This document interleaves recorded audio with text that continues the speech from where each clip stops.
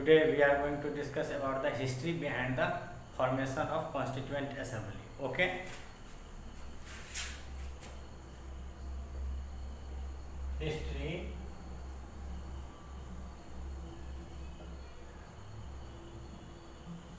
behind the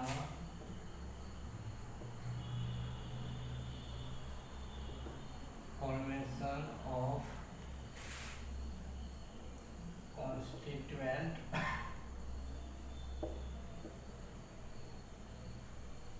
Assembly.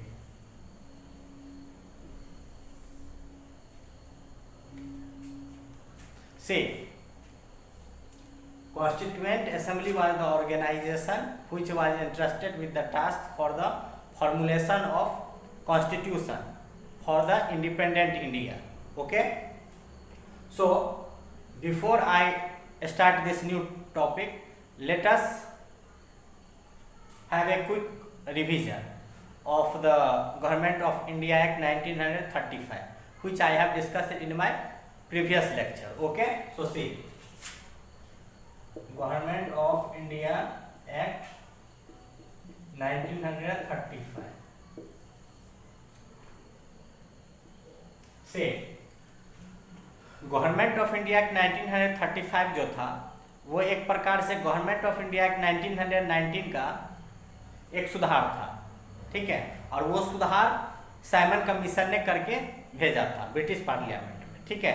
1919 में जो government of India 1919 में जो खामियां थी उसको दूर करने का कोशिश कौन किया? साइमन कमीशन ने, और उसको करेक्शन करके ब्रिटिश पार्लियामेंट में भेजा गया, ठीक है। और चूंकि इंडियंस का ये मांग था और यहाँ पे उसका विरोध इसलिए हुआ साइमन कमीशन का क्योंकि साइमन कमीशन में एक भी मेंबर जो थे वो भारतीय नहीं थे, ठीक है।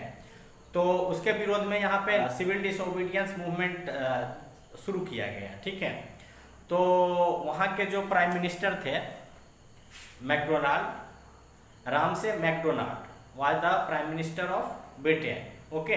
उन्होंने 3 राउंड टेबल कॉन्फ्रेंस बुलाया, ठीक है, जिसमें भारत के जो इम्पोर्टेंट पर्सनैलिटीज थे उनको स्थान दिया, ठीक है।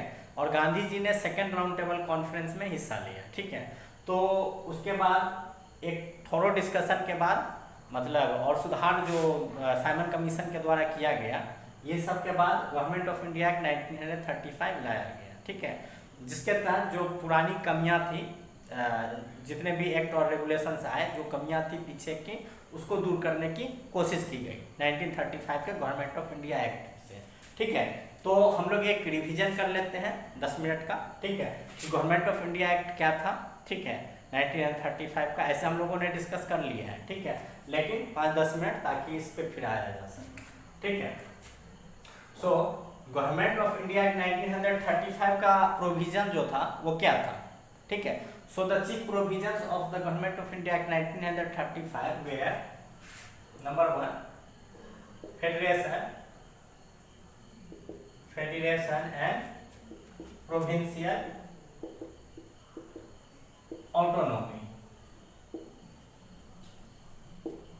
Okay. Number 2 dyarchy introduced at the center. Diarchy was abolished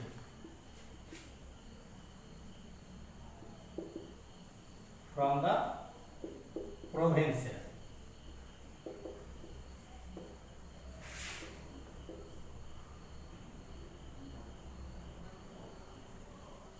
Changes in the legislative procedure, separation of powers between center and province.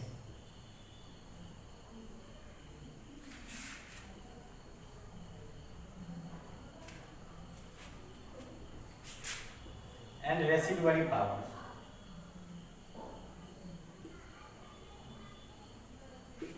Okay, so see federation and provincial autonomy. See, before the Government of India Act 1935, all the earlier acts were unitary and centralized in nature। ठीक है, 1935 से पहले जितने भी acts और regulations आए वो सब की क्या थे, यूनिटरी थे, ठीक है, और केंद्रीयकृत थे, ठीक है।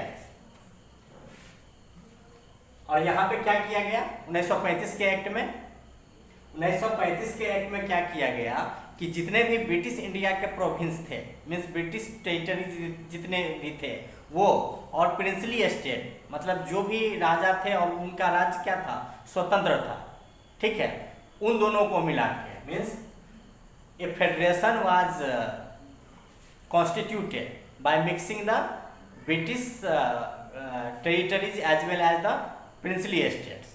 okay, though the princely estates never gave their assent, okay, or they did not join the federation, okay, but then also this was the government of India act was a federation because all the British Indian states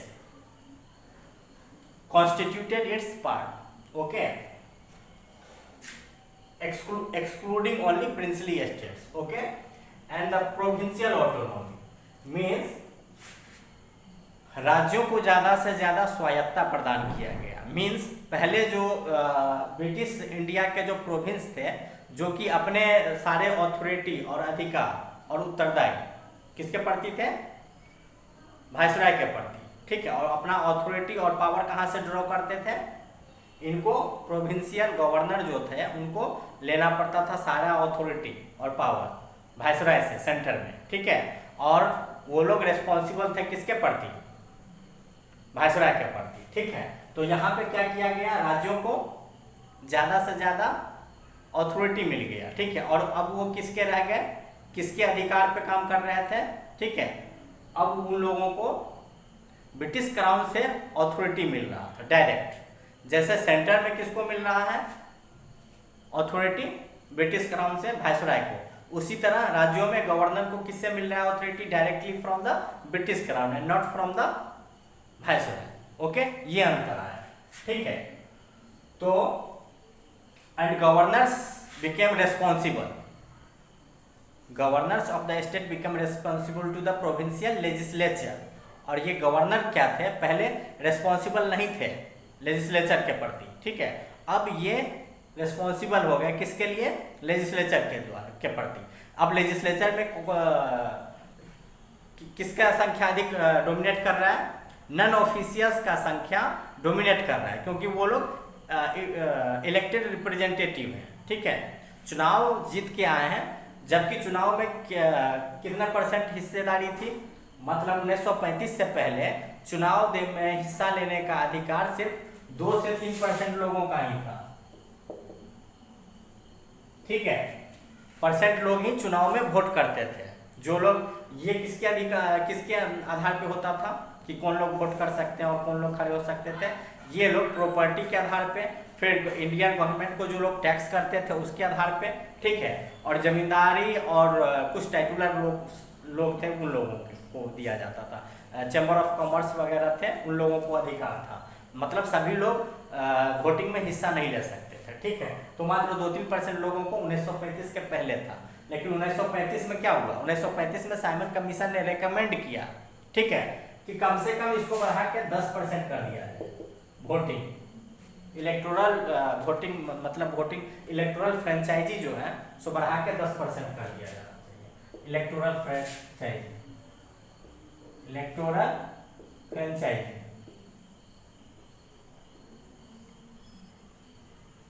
should be increased to 10%, okay, कम से कम 10% बढ़ा दिया जाना चाहिए, ठीक है। तो यहाँ पे क्या हो गया, जो प्रोविंशियल लेजिस्लेचर था उसमें नॉन ऑफिशियल स्टाफ मेंबर्स की संख्या क्या हो गई, बढ़ गई, और गवर्नर को रिस्पॉन्सिबल होना पड़ता था अपने हर कार्य के लिए, किसके प्रति, प्रोविंशियल लेजिस्लेचर के प्रति। ठीक है, अब देखते हैं सेकेंड पॉइंट हमारा क्या है, dyarchy introduced at the centre. अब सेंटर में डायरकी किस प्रकार का आ गया, देखिए सेंटर में, देखिए सेंटर भी बाइकैमरल हो गया। ठीक है, सेंट्रल जो है, सेंट्रल गवर्नमेंट,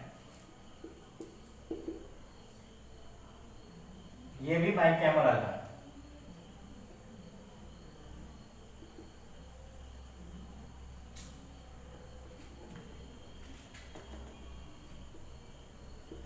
बाइकैमरल, ठीक है, federal assembly, federal assembly, lower house, lower house, legislative council, legislative council, upper house. ठीक है, तो यहां पे भी डायर किया गया। ये डायरेक्टली नहीं है, बाइकैमरलिज्म क्या है, द्विसदनात्मक है। बाइकैमरल का मतलब द्विसदनात्मक। डायरकी क्या आ गया, ठीक है, डायरकी को समझ लेते हैं। सेंट्रल डायरकी, दो सब्जेक्ट हो गए, एक ट्रांसफर्ड हो गया और दूसरा रिजर्व। अब ये ट्रांसफर्ड और रिजर्व सब्जेक्ट किसके सेंस में आ गया, वायसराय के अधिकार के क्षेत्र में आ गया। ठीक है, तो कुछ सब्जेक्ट जो थे, चूंकि यहां पे क्या हो गया, फेडरल असेंबली और लेजिस्लेटिव असेंबली, दो हाउस हो गए। ठीक है, सेंट्रल लेजिस्लेटिव का कहां पे, सेंटर में, वायसराय के पास, सेंटर में। तो यहाँ क्या हो गया, दो तरह के सब्जेक्ट आ गए, ट्रांसफर्ड और रिजर्व। तो रिजर्व सब्जेक्ट वो सब्जेक्ट होते थे, ठीक है, जिसपे वायसराय, ठीक है, अपने प्राइवेट और कह सकते हैं कि निजी सलाहकारों के सहमति से कोई निर्णय ले ले। ठीक है, और उन सब्जेक्ट पे वो उत्तरदायी नहीं होता, किसके लिए, असेंबली या फिर काउंसिल के प्रति, मतलब लेजिस्लेटिव असेंबली के प्रति वो उत्तरदायी नहीं होता। और वो निर्णय किसके सलाह से लेता, अपने निजी एक्सपर्ट जो उस विषय के जानकार होते हैं। और यहाँ पे रिजर्व सब्जेक्ट क्या क्या आते थे वो देखें, सी यहाँ न लिख के हम यहाँ लिखे हैं, reserve subject, reserve subjects,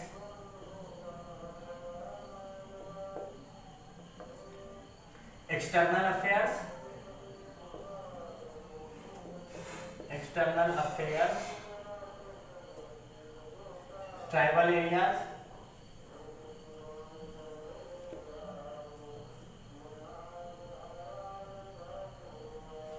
defence और इक्लेसियस्टिकल अफेयर्स।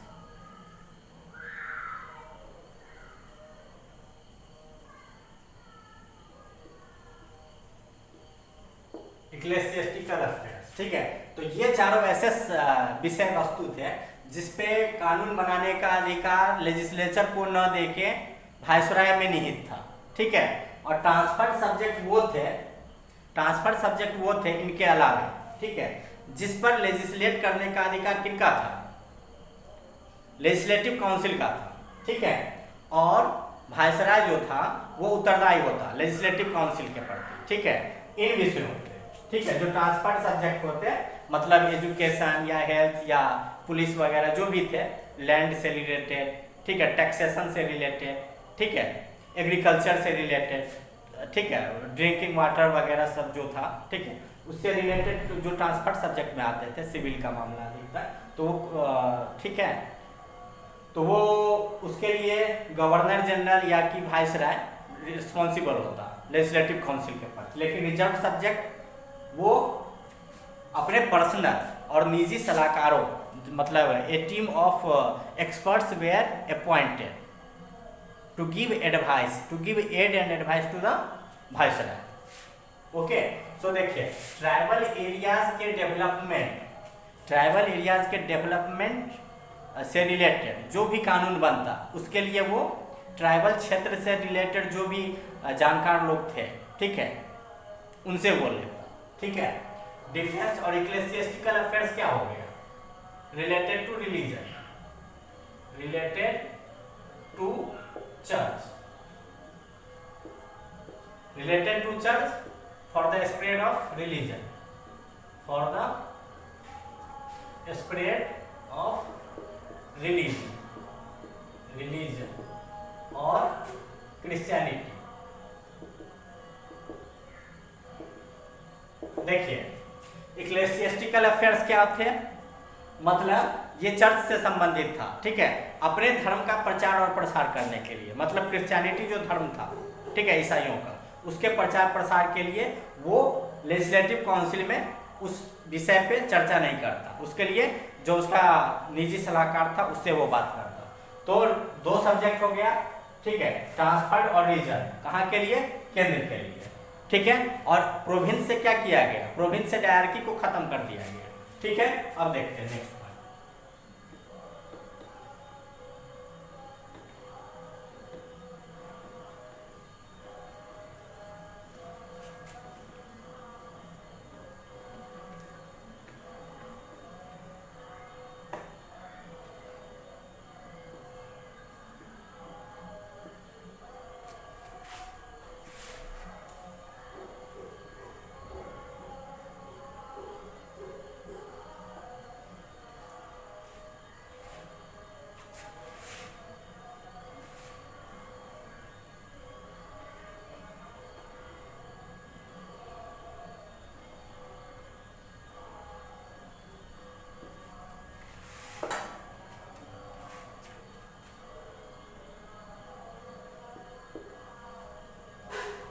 से ये भी हो गया, dyarchy evolution from the provinces, ये भी मैंने डिस्कस कर दिया।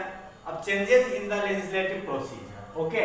Now see the third point, okay, and the most important, third is the most important. See changes in the legislative procedure. C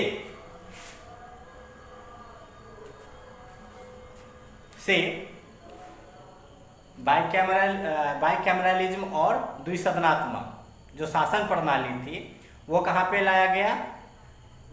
central में, ठीक है, सेंट्रल गवर्नमेंट में, ठीक है, बाइकैमरल। और बाइकैमरल स्टेट में भी लाया गया, यानी प्रोविंस में भी लाया गया, लेकिन सिर्फ 6 प्रोविंस में। मतलब टोटल 11 प्रोविंस थे 1935 के गवर्नमेंट ऑफ इंडिया का जो इनेक्टमेंट हुआ इस टाइम पे, टोटल 11 ब्रिटिश प्रोविंस थे, जिसमें से 6 प्रोविंस में बाइकैमरल लेजिस्लेचर का स्थापना किया गया, ठीक है, मतलब द्विसदनात्मक विधायिका का स्थापना किया गया। किसमें देखते हैं। See legislature was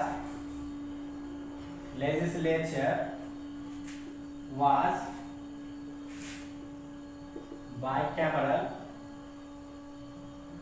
in 6 out of 11 provinces.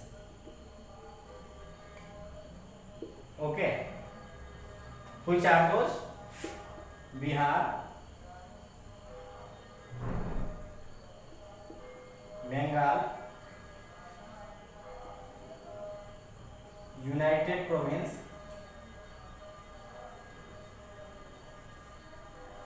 Assam, Bombay and Madras. See, these were the 6 provinces in which the bicameral legislature was established.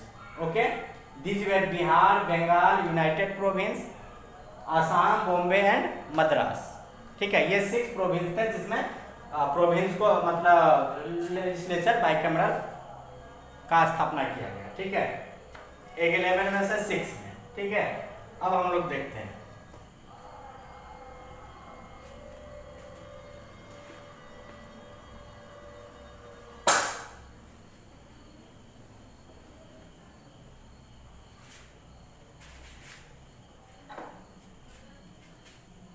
See, governor in the province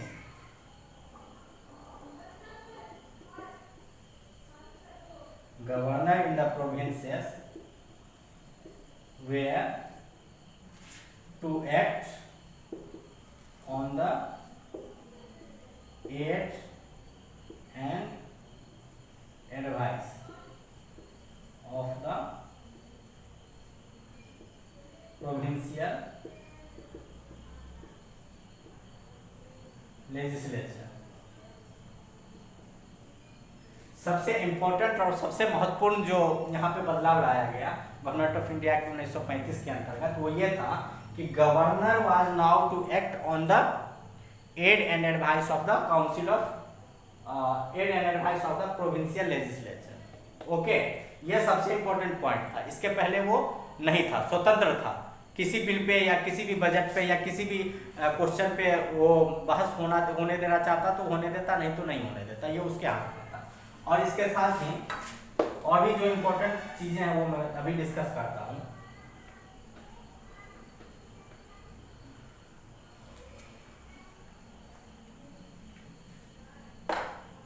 C,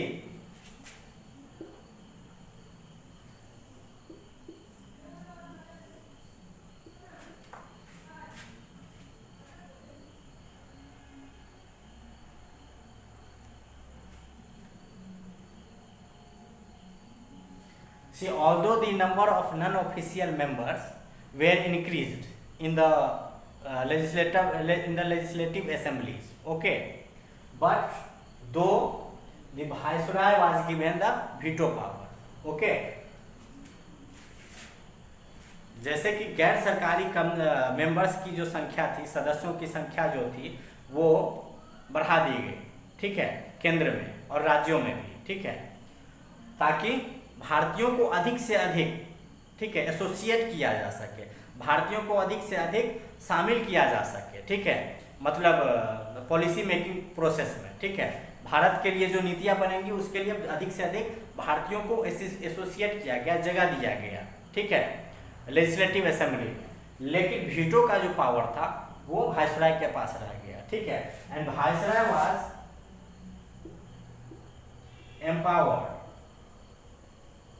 empowered to veto any bill if he was satisfied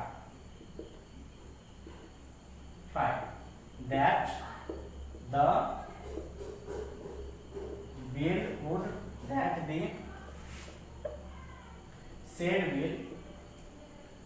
said bill would affect his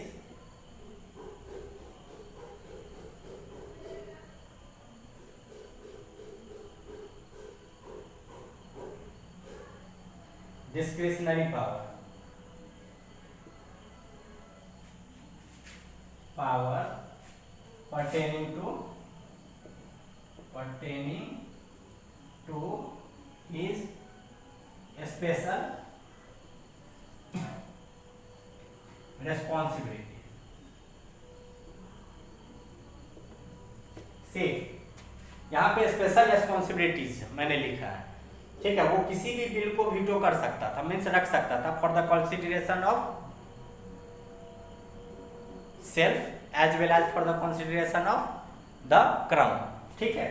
तो वो कोई भी ऐसा bill जो कि मतलब legislation में मतलब पेश किया जाता और वो उसके स्पेशल रेस्पॉन्सिबिलिटीज को इफेक्ट करता, तो उसका स्पेशल रेस्पॉन्सिबिलिटीज किसके प्रति था? क्राउन के प्रति, ठीक है, जिससे वो कि उत्तरदायी, चूंकि वो वायसराय जो था उत्तरदायी किसके प्रति था? क्राउन के प्रति। तो उसका ये अधिकार था कि किसी भी बिल पर अगर वो सहमति देता तो वो जिम्मेदार किसके प्रति हो जाता? क्राउन को। आंसरेबल कौन हो जाता? वायसराय, ठीक है, इसलिए उसको वीटो का पावर था, ठीक है, ये हुआ। उसके साथ साथ दूसरा भी पावर था कि वो किसी भी बिल पे डिस्कशन, ठीक है, या किसी भी बिल को पेश करने से पहले, मतलब विधानसभा, मतलब वहाँ विधायिका में लेजिस्लेटर, मतलब सेंट्रल लेजिस्लेचर में कोई भी बिल पेश होने से पहले उससे प्रायर अप्रूवल लेना पड़ता था वायसराय से, किस तरह के बिल पे, सो देखें, ठीक है।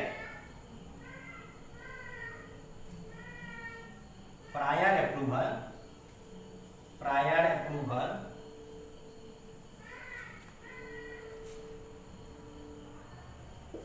For the bills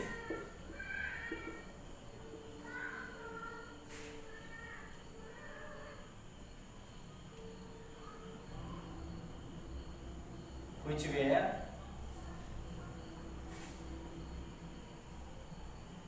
amended, repealed or was repugnant to any of the bills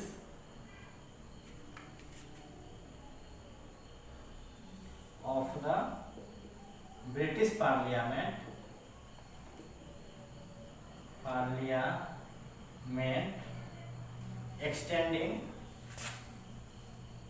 extending over India or Governor Generals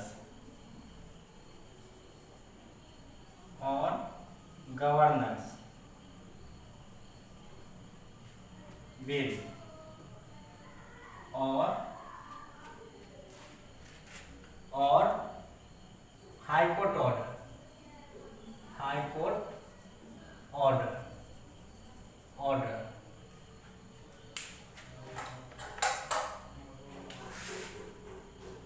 or High Court order or bills demanding changes in the permanent settlement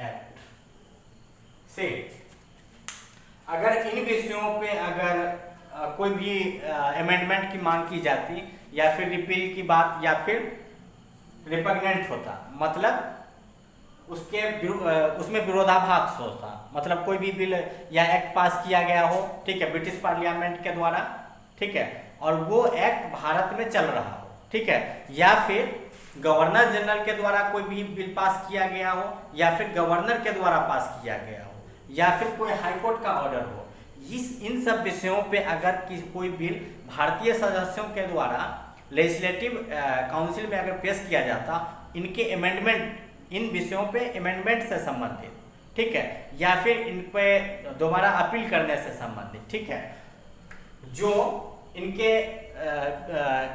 खिलाफ होता, ठीक है, तो उन पे बहस करने से पहले या उनको प्रस्तुत करने से पहले वायसराय का पूर्व अनुमति लेना आवश्यक था, वायसराय का पूर्व अनुमति लेना आवश्यक था, ठीक है। तो ये सब क्या है, ये सब वायसराय का पावर है। एक तो वीटो पावर हुआ जो उसके स्पेशल रिस्पॉन्सिबिलिटी से संबंधित था, ठीक है, और दूसरा क्या हो गया, दूसरा हो गया ये जिसपे ब्रिटिश पार्लियामेंट ने एक्ट बना दिया और वो इंडिया में चल रहा हो, या गवर्नर जनरल का स्वयं का कोई कानून हो और वो चल रहा हो, क्योंकि गवर्नर जनरल के पास भी था पावर, जैसे ऑर्डिनेंस मेकिंग पावर था, ठीक है, ऑर्डिनेंस मतलब अध्यादेश जारी करने का। अगर सदन पार्लियामेंट में नहीं है, ठीक है, तो क्या होगा, और कोई इमरजेंसी सिचुएशन आ गया, ठीक है, तो गवर्नर जनरल एम्पावर्ड था, ठीक है, मतलब उसको इतना अधिक क्षमता था और उसको ये पावर दिया गया था कि वो एक ऑर्डिनेंस और अध्यादेश जारी करके देश को चला सके, ठीक है। तो ऑर्डिनेंस मेकिंग पावर भी था उसके पास, ये भी क्या था, एक लेजिस्लेटिव पावर था जो कि वायसराय को दिया गया था, ठीक है, वायसराय में नहीं था, ठीक है। तो ये सारा चीज हम लोग देख लिए। इसके अलावा क्या था, इसके अलावा देखिए, एक हो गया रेसिडुअरी पावर। रेसिडुअरी पावर में क्या हो गया कि देखिए ये जो लिस्ट, ये जो सेपरेशन ऑफ पावर है, जो 5वां पॉइंट है, separation of power between centre and province, इसमें क्या है, फेडरल लिस्ट प्रोविंशियल लिस्ट, और तीसरा हो गया कॉन्करेंट लिस्ट।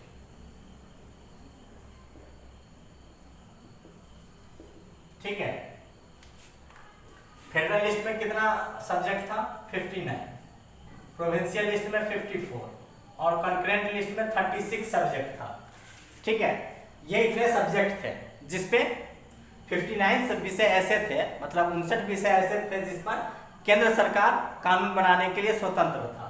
54 ऐसे विषय थे जिस पे प्रोविंशियल गवर्नमेंट लेजिस्लेट करने के लिए स्वतंत्र था, और 36 ऐसे सब्जेक्ट थे जिस पे दोनों मिल के बना सकते थे।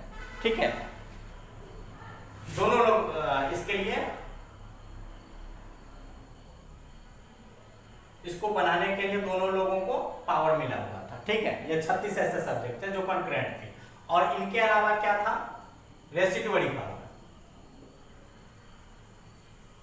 रेसिडुअरी पावर, रेसिडुअरी पावर क्या था? रेसिडुअरी पावर ये था कि जिसके बारे में, जिस विषय के बारे में इन तीनों लिस्ट में वर्णन नहीं है, मतलब फेडरल लिस्ट में, प्रोविंशियल लिस्ट में और कॉन्करेंट लिस्ट में जिस विषय का जिक्र नहीं है, जिसका वर्णन नहीं है, और वैसा विषय पे लेजिस्लेट करने का अधिकार आ गया, मतलब वैसा चुनौती आ गया। ठीक है, अचानक समस्या आ गया, तो उस पर लेजिस्लेट करने का अधिकार किसका था? पूर्ण रूप से वायसराय को, वायसराय को। ठीक है, या फिर वायसराय चाहे तो किसी स्टेट को वो चीज दे दे कि भाई आप इन विषयों का जिक्र इन तीनों विषयों में नहीं है, तीनों लिस्ट में नहीं है, तो आप बना सकते हैं। तो किसी प्रोविंस को भी दे सकता था, यह अधिकार था वायसराय को, या फिर स्वयं मतलब सेंट्रल लेजिस्लेचर को दे देता। ठीक है, तो रेसिडुअरी पावर से रिलेटेड पावर किसके हाथ में था?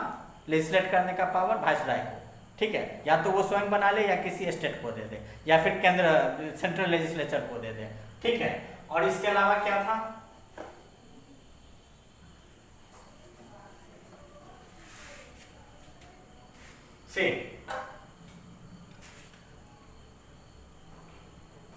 फेडरल लिस्ट क्या क्या था? फेडरल लिस्ट में कौन कौन सा सब्जेक्ट आता था? एक्सटर्नल अफेयर्स,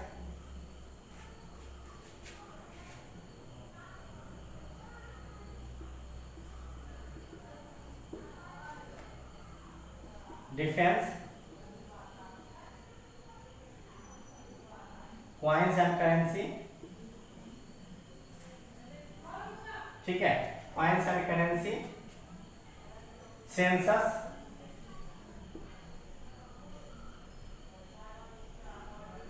ठीक है, और प्रोविंशियल लिस्ट में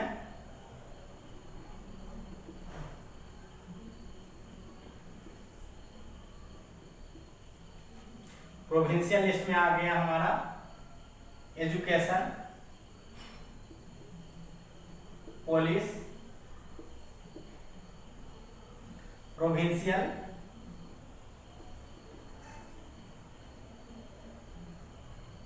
सिविल सर्विसेज, etc। और कॉन्करेंट में क्या आ गया?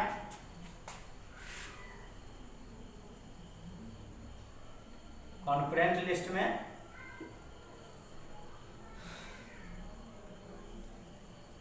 क्रिमिनल,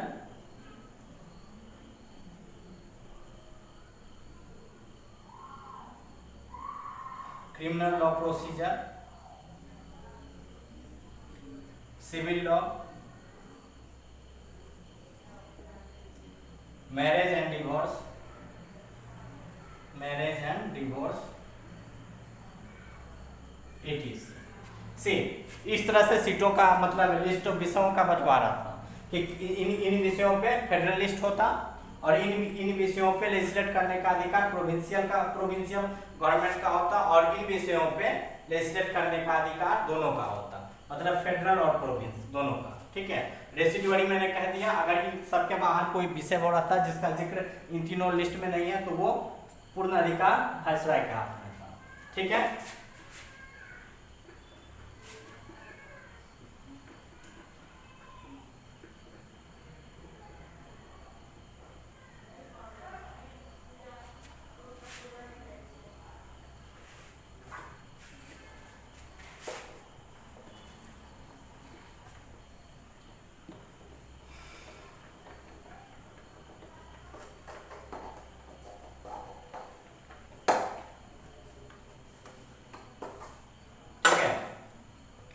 देखिए गवर्नमेंट ऑफ इंडिया एक्ट 1935 के अंतर्गत और क्या क्या चेंजेज आया इसके अंतर्गत, और ये आया कि federal public service commission to establish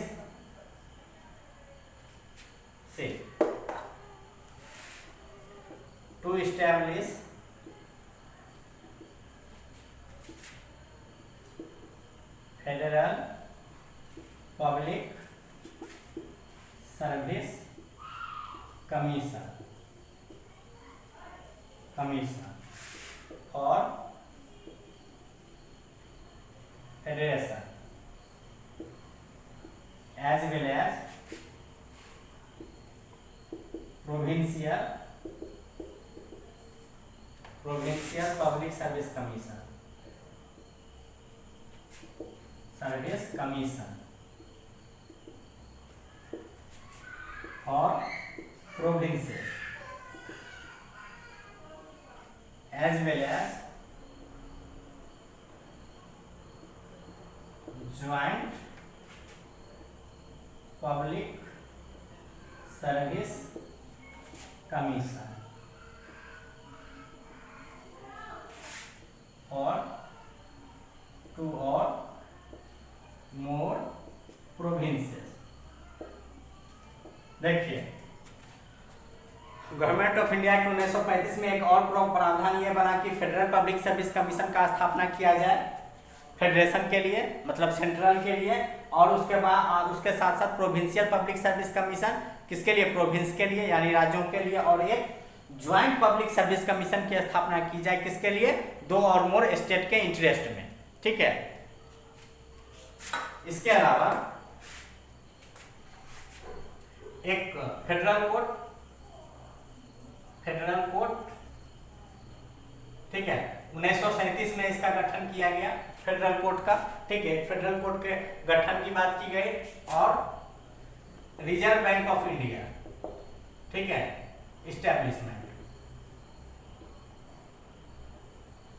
establishment of Reserve Bank of India.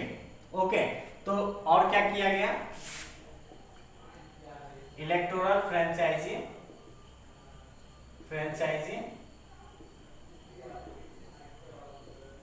was increased to 10%। जो ये पहले 1935 के गवर्नमेंट ऑफ इंडिया एक्ट से पहले कितना था, मतलब 2 से 3% लोगों को ही वोटिंग का अधिकार था।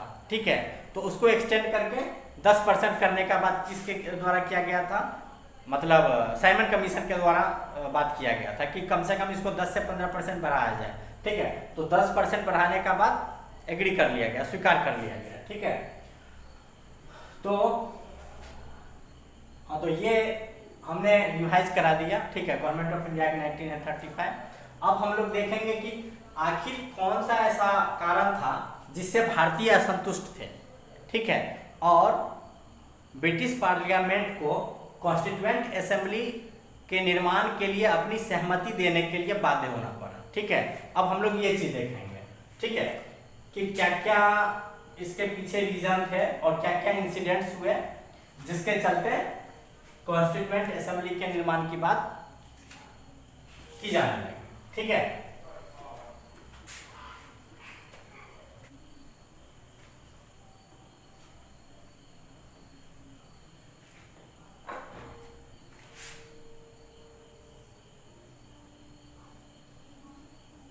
say it was in the year 1934, okay, in 1934 that the term constituent assembly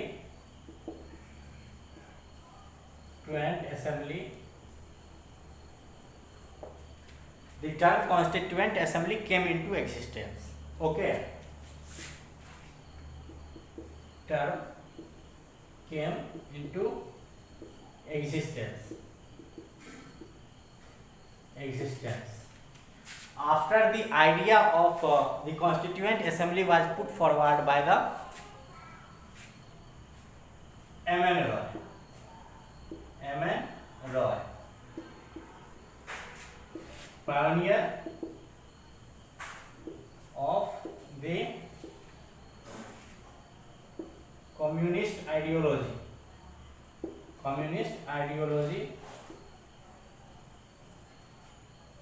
in India. See, M.N. Rai was the man, okay, who introduced communist ideology in India.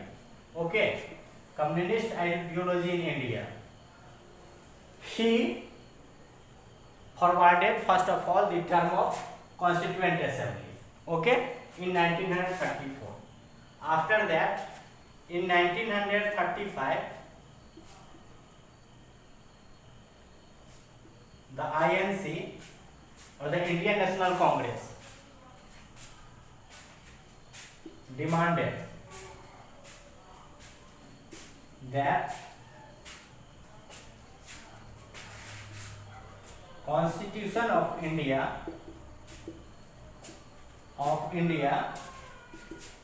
should be formed by the Constituent Assembly.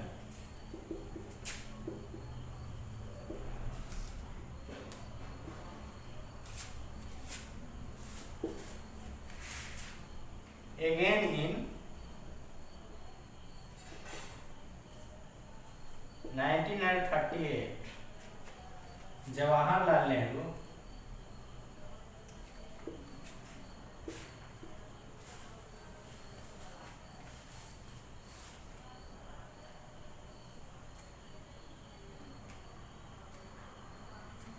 uttered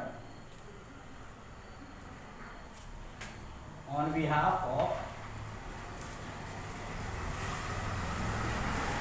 INC that Constituent Assembly that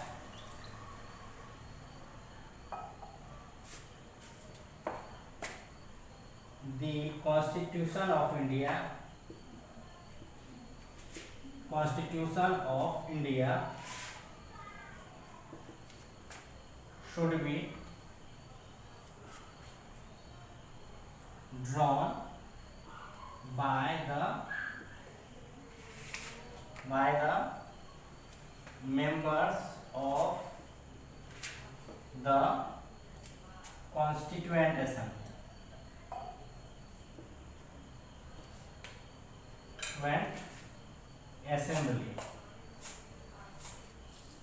elected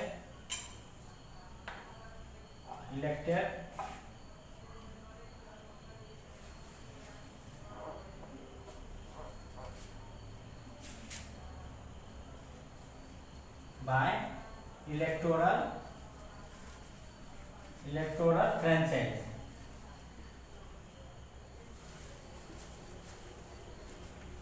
See, the term Constituent Assembly was first of all put forward by M.N. Rai. M.N. Rai was the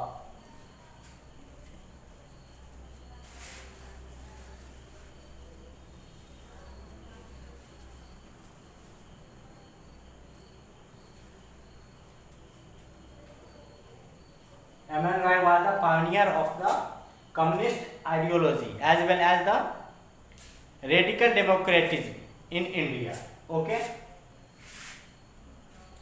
And in 1935, INC demanded, Indian National Congress demanded that Constituent Assembly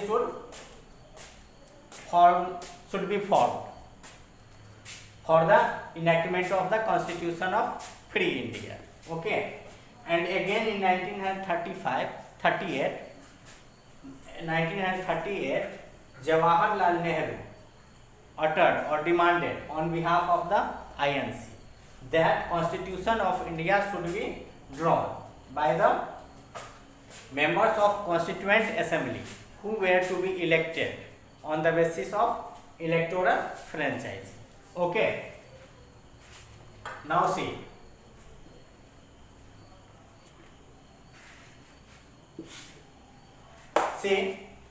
And these demands of the Indians for the establishment of the Constituent Assembly was given approval Okay, the demands of the Indians for the establishment of constituent assembly was given approval by the British Parliament. Okay, in August 1940. Okay, and is known as August Offer. Okay, and in 1942 a cabinet member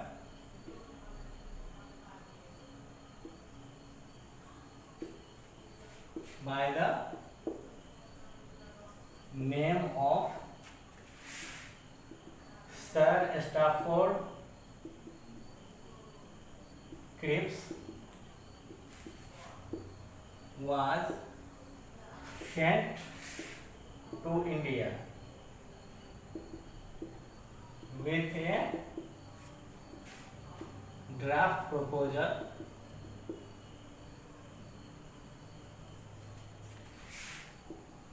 for the formulation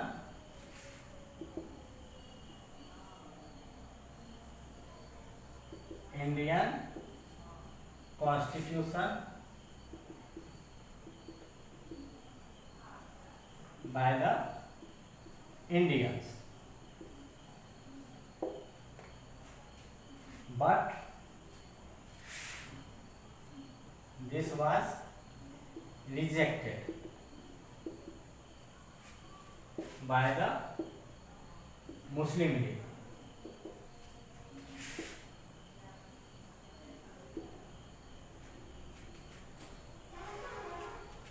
देखिए, अगस्त 1940 में जो Indian national Congress का और M.N.. Roy और जवाहरलाल नेहरू के द्वारा जो word रखा गया था कॉन्स्टिट्यूएंट असेंबली का, ठीक है, कि कॉन्स्टिट्यूएंट असेंबली के द्वारा ही मतलब भारत का संविधान का निर्माण हो, ठीक है, और जो कॉन्स्टिट्यूएंट असेंबली के मेंबर हों उनका चुनाव जो है सो इलेक्टोरल फ्रेंचाइजी के द्वारा वो चुन के गए हुए, ठीक है, और भारतीय लोग अपना संविधान स्वयं बना लेंगे, ठीक है। तो इस मांग पर को ब्रिटिश पार्लियामेंट ने स्वीकार कर लिया, ठीक है, और इसको अगस्त ऑफर के नाम से जाना जाता है, ठीक है, अगस्त ऑफर 1940, ठीक है। और 1942 में इसी मांग को पूरा करने के लिए 1942 में सर स्टैफोर्ड क्रिप्स एक कैबिनेट में मिनिस्टर थे, ठीक है, ब्रिटिश पार्लियामेंट में, उनको भेजा गया ड्राफ्ट प्रपोजल के साथ कि मतलब कॉन्स्टिट्यूएंट असेंबली का निर्माण कैसे किया जाएगा, ठीक है, और उसके क्या कैसे कैसे कार्य करेगी वो, ठीक है। तो एक ड्राफ्ट प्रपोजल के साथ सर स्टैफोर्ड क्रिप्स भारत में 1942 में आए, ठीक है, लेकिन उनका जो ये था प्रपोजल, उनका जो ये था जो योजना था, ठीक है, उसको खारिज कर दिया गया। किसके द्वारा? मुस्लिम लीग के द्वारा माना नहीं गया, ठीक है। मुस्लिम लीग ने ये कहा कि 2 कॉन्स्टिट्यूएंट असेंबली का निर्माण होना चाहिए, ठीक है, there should B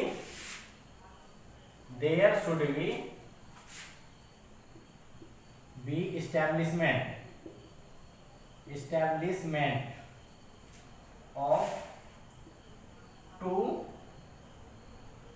constituent assembly, okay, and there should be establishment of 2 constituent assemblies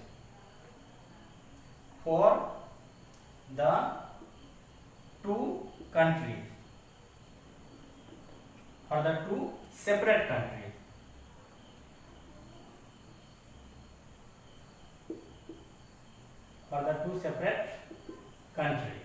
ठीक है। इनका ये मांग था मुस्लिम लीग का कि पाकिस्तान को भारत से अलग कर दिया जाए, और चूंकि पाकिस्तान को अलग होना है भारत से, इसलिए 2 कॉन्स्टिट्यूएंट असेंबली का निर्माण किया जाना चाहिए, ठीक है, एक भारत के लिए और एक पाकिस्तान के लिए, ठीक है। इसलिए इन्होंने क्रिप्स मिशन को मानने से इनकार कर दिया। सो क्रिप्स मिशन क्या हो गया? एक फेल हो गया, ठीक है। So next was the cabinet mission plan, cabinet mission plan और CMP, cabinet mission plan CMP। ठीक है, इस मिशन ने कहा कि नहीं, दो कॉन्स्टिट्यूएंट असेंबली का निर्माण नहीं किया जाएगा। ठीक है, एक ही कॉन्स्टिट्यूएंट असेंबली का निर्माण किया जाएगा। ठीक है, और करने की बात की गई। ठीक है, जो कि मुस्लिम लीग का जो डिमांड था उसको भी सेटिस्फाई कर दिया, और जो इंडियन साइड के लोग थे, जो लीडर्स थे, उनके भी डिमांड को सेटिस्फाई कर दिया गया। ठीक है, सो कैबिनेट मिशन प्लान जो था ये लाया गया। ठीक है, और इसके साथ ही अब हम लोग देखेंगे, ये हो गया हिस्ट्री, मतलब किस प्रकार से कॉन्स्टिट्यूएंट असेंबली का निर्माण किया गया। और इसमें एक और रोचक बात है। ठीक है, इसमें क्रिप्स के द्वारा, सर स्टैफोर्ड क्रिप्स के द्वारा ये कहा गया, ठीक है, कि भारत में कॉन्स्टिट्यूएंट असेंबली का निर्माण वर्ल्ड वार 2 के बाद, ठीक है, वर्ल्ड वार 2 के बाद कर दिया जाएगा। ठीक है, मतलब 1942 में वर्ल्ड वार चल रहा था, 1942 में चल रहा था, और वर्ल्ड वार 2 के बाद कॉन्स्टिट्यूएंट असेंबली का निर्माण कर दिया जाएगा। ठीक है, ऐसा बात कहा गया। ठीक है, चूंकि ये लोग राजी तब हुए, मतलब ब्रिटिश पार्लियामेंट राजी तब हुए ऐसा करने के लिए, कॉन्स्टिट्यूएंट असेंबली का स्थापना करने की बात करने के लिए उनको ये बाध्य हो गया, क्योंकि वर्ल्ड वार 2 चल रहा था। ठीक है, और एक तरफ, ठीक है, और दूसरे तरफ क्या हो गया, सुभाष चंद्र बोस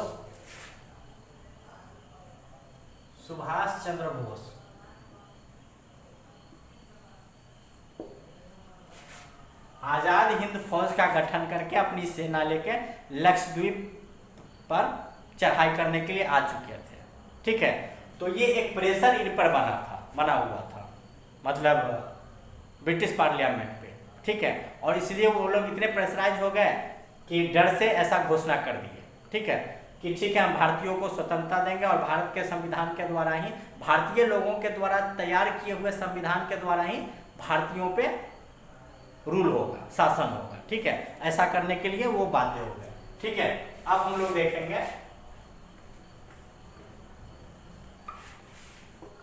देखेंगे कंपोजिशन ऑफ कॉन्स्टिट्यूएंट असेंबली। ठीक है,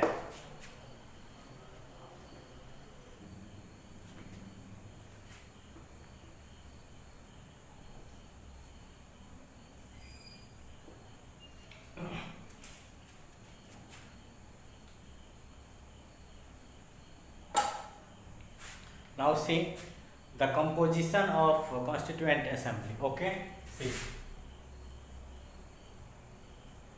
composition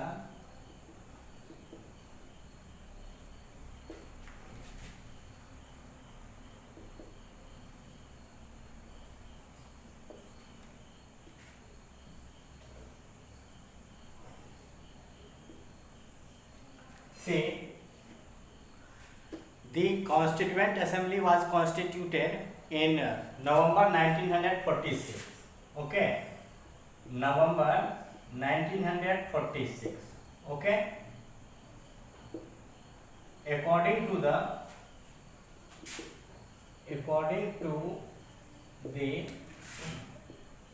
plan formulated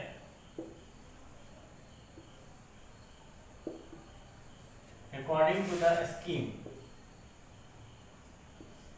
or plan formulated by the cabinet mission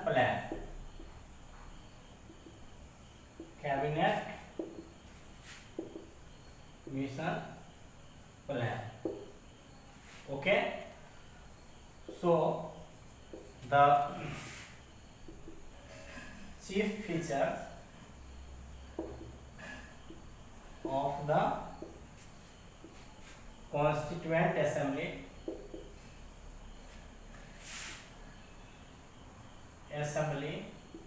are as follows. देखिए, सर स्टैफोर्ड क्रिप्स का जो प्लान था, ठीक है, कॉन्स्टिट्यूएंट असेंबली निर्माण का, जो कि इंडिपेंडेंट इंडिया का कॉन्स्टिट्यूशन निर्माण करता, ठीक है, उसको ठुकरा दिया गया मुस्लिम लीग के द्वारा। और उन्होंने कहा कि 2 कॉन्स्टिट्यूएंट असेंबली चाहिए, ठीक है। लेकिन कैबिनेट मिशन प्लान के तहत, ठीक है, कैबिनेट मिशन प्लान का जो प्लान था उसमें कहा गया कि नहीं, एक ऐसा कॉन्स्टिट्यूएंट असेंबली का निर्माण किया जाएगा जो कि दोनों के विश को फुलफिल कर सके, मतलब दोनों की इच्छाएं जो थी, जो डिमांड थी, जो दोनों के डिमांड को फुलफिल कर सके, यानी मुस्लिम लीग के डिमांड को भी और जो इंडियन लीडर्स थे उनके डिमांड को भी, ठीक है। तो फाइनली कैबिनेट मिशन प्लान पर तैयार हो गया, जो कि एक कॉन्स्टिट्यूएंट असेंबली, ठीक है, का बात किया गया, ठीक है। तो अब देखते हैं कॉन्स्टिट्यूएंट असेंबली का कैसे चुनाव होगा, ठीक है, किस किस कम्युनिटी के लोग उसमें शामिल होंगे, ठीक है, और कितने प्रोपोर्शन के पॉपुलेशन पे सीटों का बंटवारा किया जाएगा, ठीक है। प्रिंसली स्टेट के लिए कितने सीट होंगे, ठीक है, और इंडियन प्रोविंसेस के लिए, मतलब ब्रिटिश इंडियन प्रोविंस के लिए कितने सीट होंगे, तो इन सब चीज़ों को हम लोग पॉइंट वाइज देख सकते हैं, ठीक है। See there were total 389 seats, out of which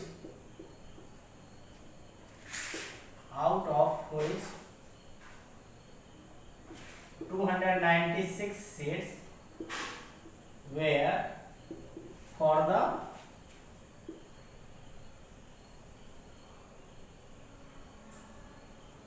British Indian states and 93 seats for the princely states.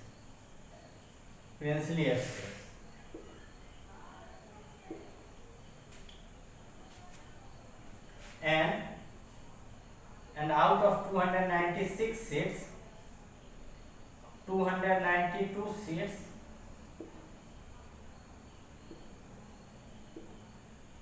out of 296 seats, 292 seats and 4 seats from the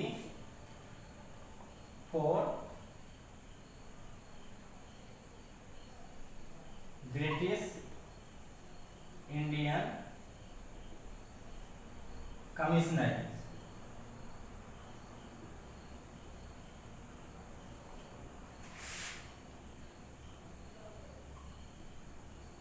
From 11 provinces. देखिए टोटल 389 सीट्स कॉन्स्टिट्यूएंट असेंबली के लिए member के लिए दिए गए, ठीक है। इस 389 सीट्स में, ठीक है, 296 सीट जो था सो ब्रिटिश प्रोविंस के लिए था, ठीक है, और 93 सीट्स जो था वो रिजर्व किसके लिए था, प्रिंसली स्टेट के लिए। मतलब भारत में जो भारतीय कुछ ऐसे भी शासक थे भारत में, ऐसे राजा थे, ऐसे शासक थे जिनके राज्य स्वतंत्र थे, ब्रिटिश टेरिटरी के अंतर्गत नहीं आते थे, तो उनके लिए 93 सीट्स रिजर्व कर दिया गया और 296 सीट ब्रिटिश इंडियन प्रोविंस के लिए, ठीक है। इस 296 सीट्स में से 292 सीट जो था सो 11 प्रोविंस से आता और 4 सीट जो था सो ब्रिटिश कमिश्नरीज से, मतलब 4 ब्रिटिश कमिश्नरीज थे। ये 4 ब्रिटिश कमिश्नरीज कौन कौन सा था, बंगाल, बिहार, असम एंड बॉम्बे, ठीक है। ये 4 जो प्रोविंस थे ये चारों ब्रिटिश कमिश्नरीज के प्रोविंस थे, ठीक है। इन चारों के लिए 4 सीट रिजर्व कर दिया गया, ठीक है। अब देखें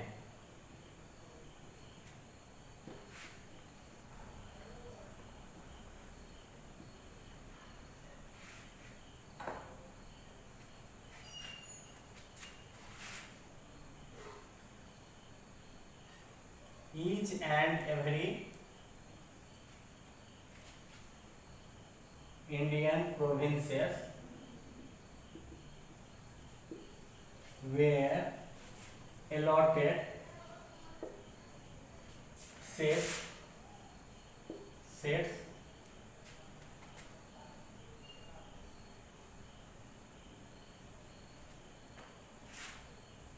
in proportion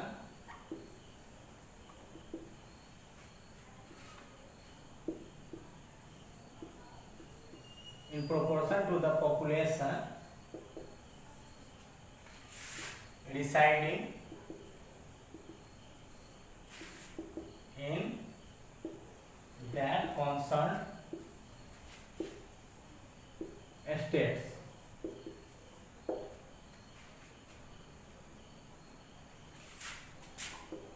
For every million means 10 lakh, for every million population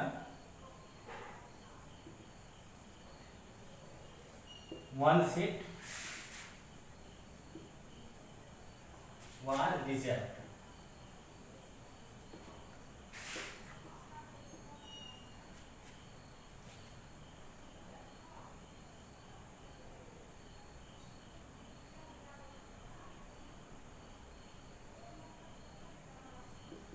The seats were allotted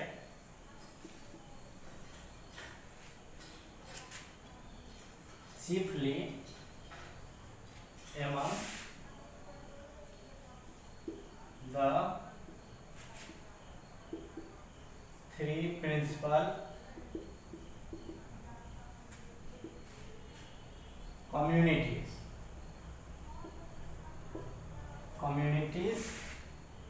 in India, namely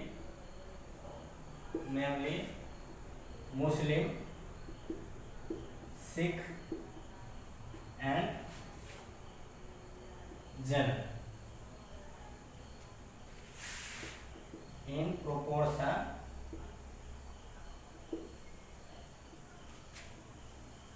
of their population. Say,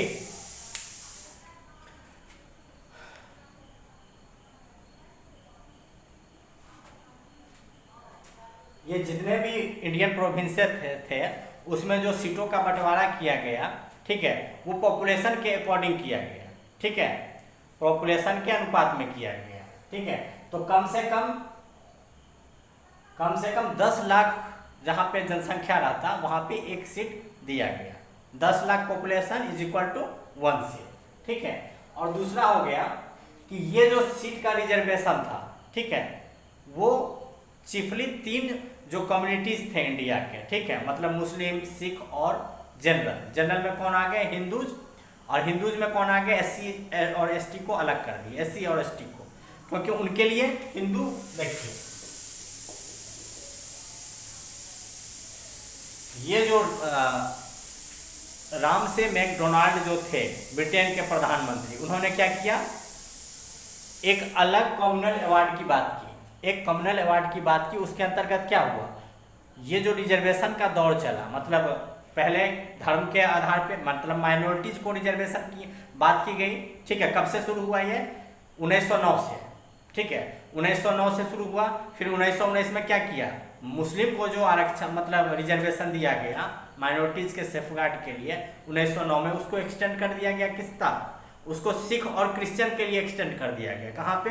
1919 तक। मतलब एक सिस्टम जो 1909 में शुरू हुआ, वो 1919 में जितने, मतलब धर्म के आधार पे सभी को दे दिया।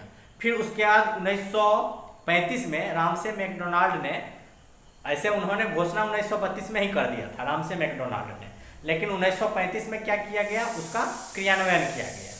उसके अंतर्गत क्या हुआ कि जितने डिप्रेस्ड क्लास थे, जैसे SC और ST, जिसको उन्होंने डिप्रेस्ड क्लास कहा, उनको कहा कि इनको कम्युनल ग्राउंड पे, ठीक है, कम्युनल रिप्रेजेंटेशन दिया जाना चाहिए। मतलब ये लोग, इन लोगों का अलग से चुनाव होगा, ठीक है, और ये लोग उन्हीं के द्वारा चुने जाएंगे, अपने ही कास्ट के लोगों के द्वारा चुने जाएंगे, दूसरा कोई वोट नहीं करेगा, ठीक है। मतलब SC ST का जो कैंडिडेट है उसको सिर्फ SC ST के लोगों के मतों से ही वो चुन के जाएगा, ठीक है।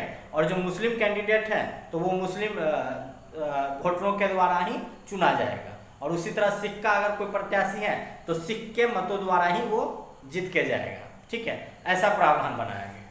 तो यहाँ पे जनरल की बात जो की गई है, हिंदू सिख एंड मतलब मुस्लिम सिख एंड जनरल, तो जनरल इसलिए कहा गया क्योंकि हिंदू में क्या हो गया, जनरल, और दूसरा एससी एंड एसटी, ठीक है, एससीज एंड एसटीज। तो इसी के लिए गांधी जी ने, मैंने बताया था आप लोगों को, गांधी जी ने ये किया, फास्ट अनटू डेथ, मतलब जब तक मृत्यु न हो जाए तब तक उपवास, जब तक कि मतलब यरवदा जेल में वो बंद थे और उन्होंने खाना पीना बंद कर दिया, ठीक है। उन्होंने कहा कि नहीं, जब तक अलग रिप्रेजेंटेशन, हिंदू को जो डिवाइड करने का बात किया जा रहा है इसको खत्म किया जाना चाहिए।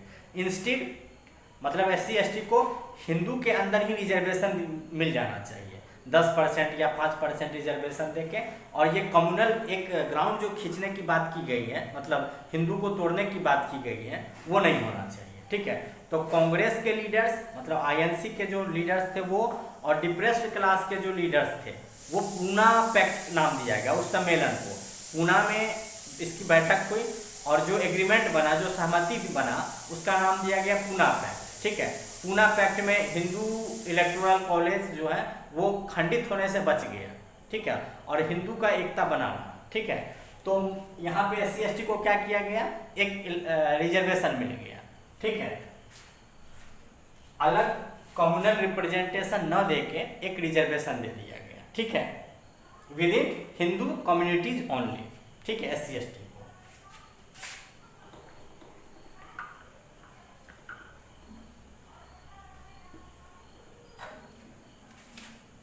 See, next is the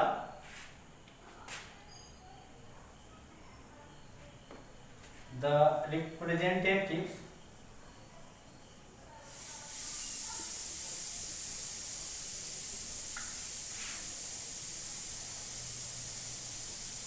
will be chosen on the votes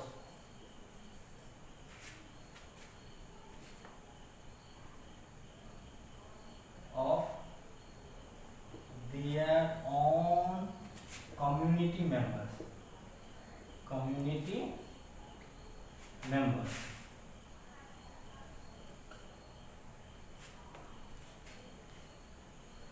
through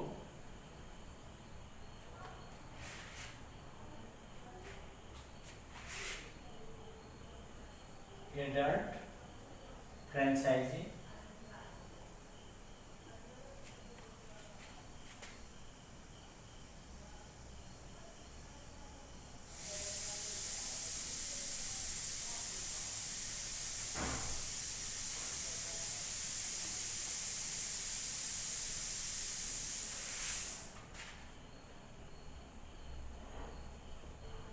by means of single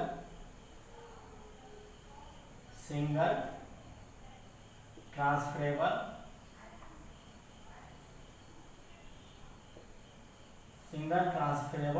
votes. See, the representatives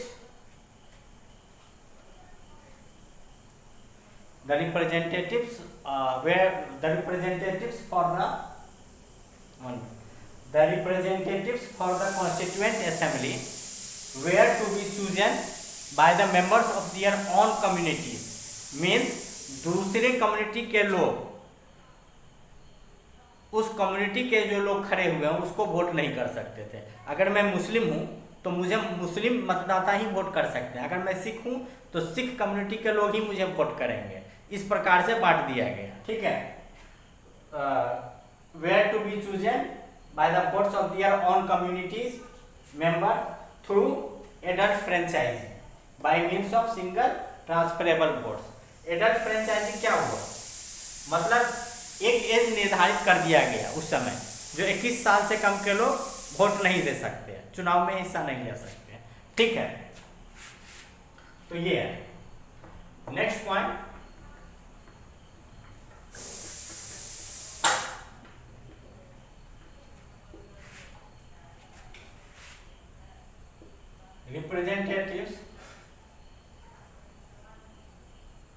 representatives from the princely estates were to be nominated by the heads of that estate. See, the members from the princely estates were not to be elected, but were to be nominated by the heads of that estate. मतलब जो प्रत्याशी princely estate के होते हैं वो नामांकित किए जाते हैं, चुन के नहीं जाते, उनका चुनाव नहीं होता, वो नामांकित किए जाते हैं मतलब राजाओं के द्वारा, जो प्रिंसली हेड्स होते हैं उनके द्वारा, ठीक है। So at the end we come on the conclusion that the members of constituent assembly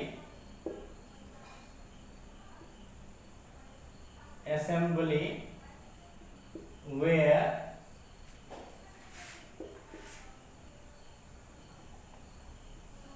elected and nominated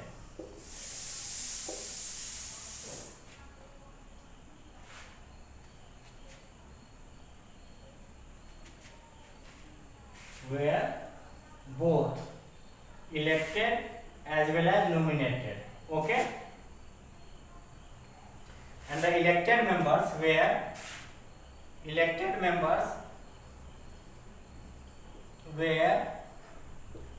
to be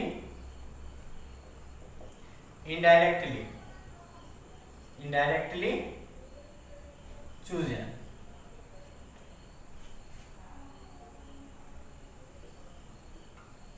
by the members of provincial legislature.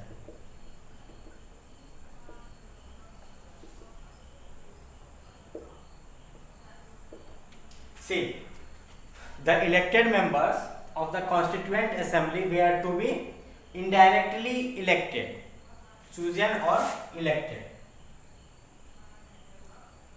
were to be indirectly elected by the members of provincial legislature and nominated by the heads of princely estates.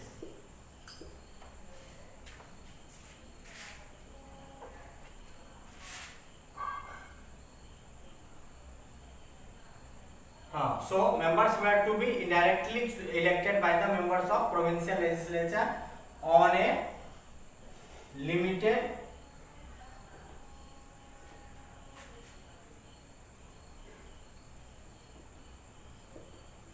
adult franchising system. See मैंने लगा दिया limited adult franchise system, क्योंकि कितने percent को था, क्योंकि मात्र 10% population को इलेक्शन में वोट करने का अधिकार दिया गया था, ठीक है। तो सभी के द्वारा चुना नहीं गया है, जो इलेक्टेड मेंबर्स थे वो इनडायरेक्टली चुने गए, किनके द्वारा? प्रोविंशियल लेजिस्लेटिव असेंबली के मेंबर्स के द्वारा, यानी राज्यों में जो था विधान परिषद और विधानमंडल बाइकैमरल था 6 स्टेट में, और बाकी में मतलब 11 स्टेट में से 6 में बाइकैमरल था और वो बाकी में सिंगल था, यूनिक कैमरल था, ठीक है। तो वहाँ के जो मेंबर्स थे मतलब प्रोविंशियल राज्य में जो लेजिस्लेचर था वहाँ के मेंबर के द्वारा चुन के आते, तो इनडायरेक्ट इलेक्शन हुआ ऑन अ लिमिटेड ग्राउंड, ठीक है। ये हो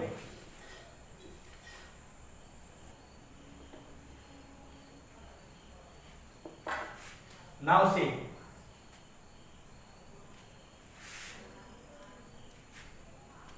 election for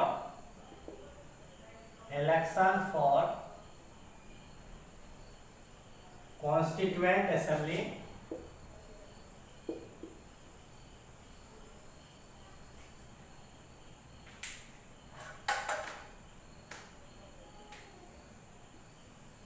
was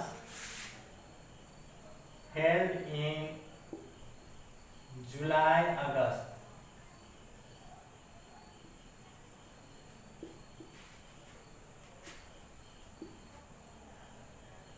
was held in July-August 1946. Out of 389 seats,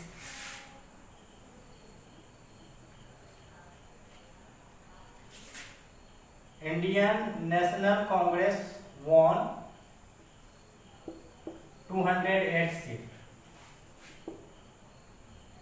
Muslim League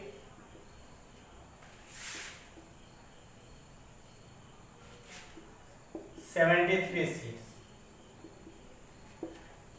and small states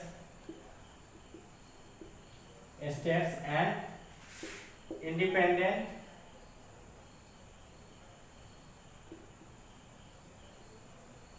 groups 15 seats, and princely estates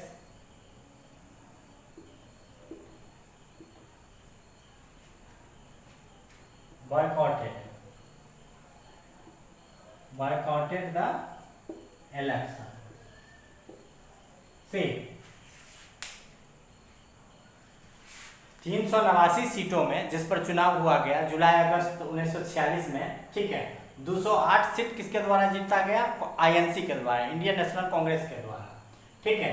Muslim league के द्वारा 73 सीट और 15 सीट जो है सो कुछ इंडिपेंडेंट ग्रुप थे उनके द्वारा जीता गया, ठीक है। और ये जो प्रिंसली एस्टेट थे, प्रिंसली एस्टेट, इनके लिए कितना सीट रिजर्व था? 93 सीट्स, ठीक है। तो ये जो 93 सीट्स था जो कि रिजर्व था प्रिंसली एस्टेट के लिए, ठीक है, सो इस पर चुनाव नहीं लड़ा गया क्योंकि प्रिंसली एस्टेट जितने थे वो सभी चुनाव का बायकॉट कर दिए, ठीक है।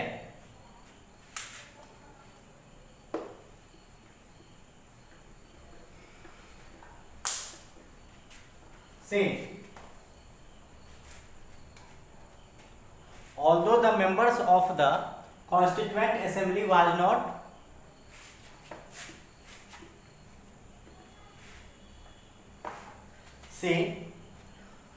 although the members of the Constituent Assembly were not directly elected, okay, but the Constituent Assembly comprised of the members of all sections of the Indian society, okay. See, although the members of Constituent Assembly were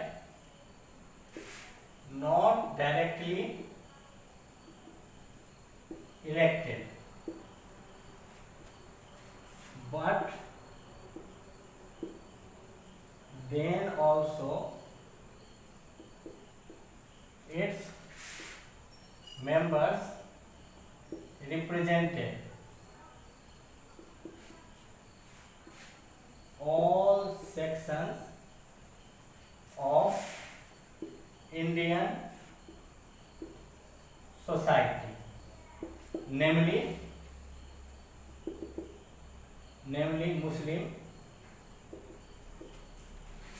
Muslim, Sikh, Anglo-Indians, Christians, Parsis, SC, STs, Hindus, and women of all sections of society.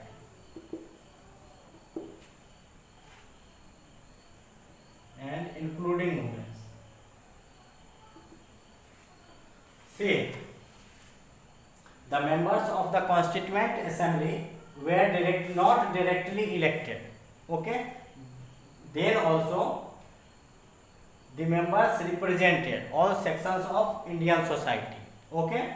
Namely Muslim, Sikh, Anglo-Indians, Christians, Parsis, SC, ST, Hindus, and including women from all the sections of the society. Okay.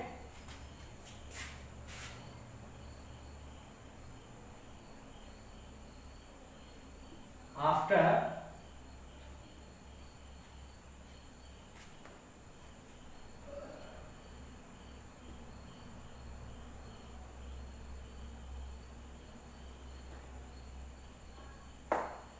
see, two members or two important personalities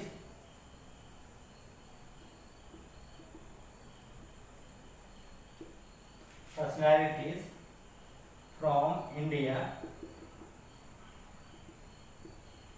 were outside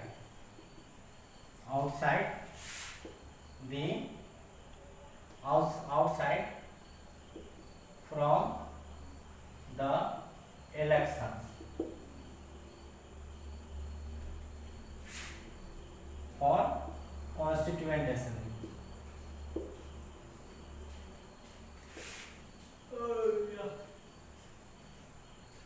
Namely Mahatma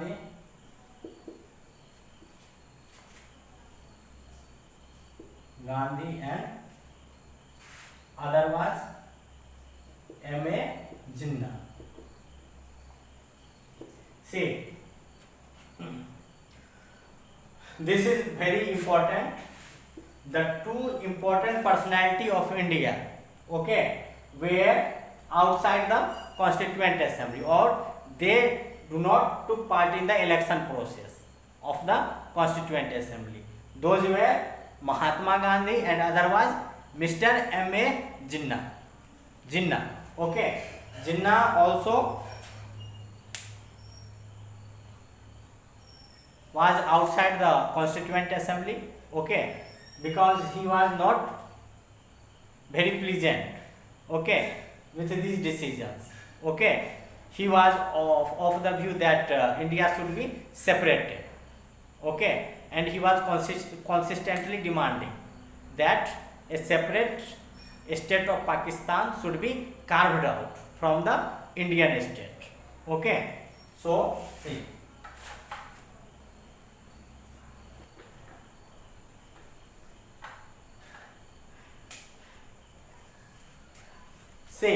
after the elections, the Constituent Assembly held its first meeting on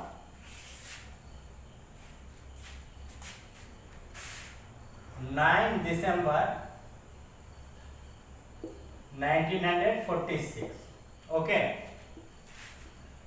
First meeting of Constituent Assembly. See, first meeting of Constituent Assembly was held on 9 December 1946. Okay. And Muslim League boycotted the meeting and insisted on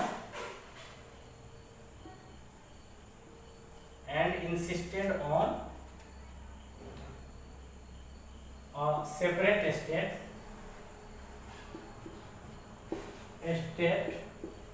for the Muslims. So, on its first meeting of Constituent Assembly,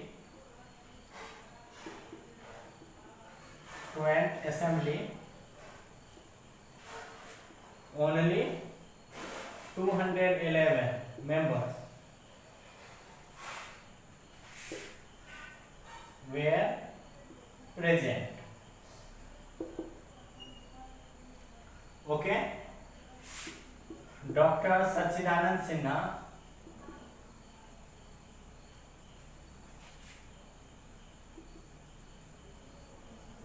was made temporary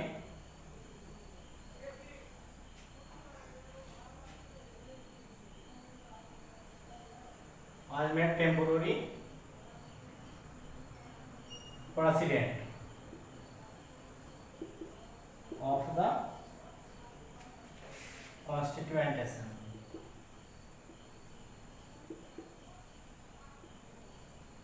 Assembly on 9 December 1946 itself.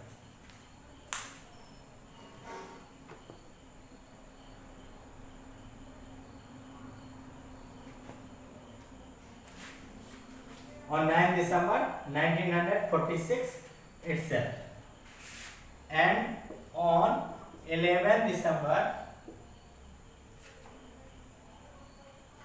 Mr. Rajendra Prasad and Dr. H.C. Mukherjee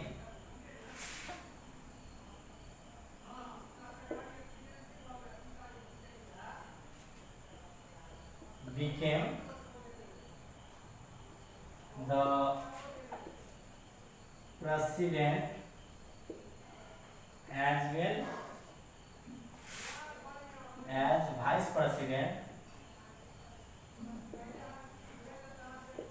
president of the Constituent Assembly. Okay.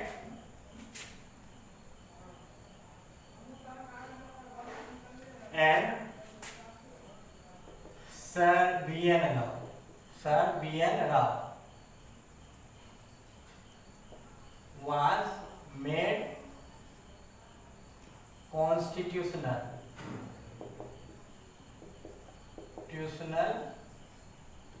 advisor of the Constituent Assembly. Say,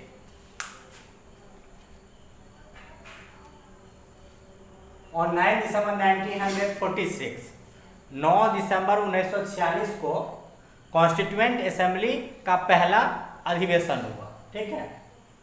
और मुस्लिम league जो है सो इसमें आने से इनकार कर दिए, उन्होंने बायकॉट किया, ठीक है।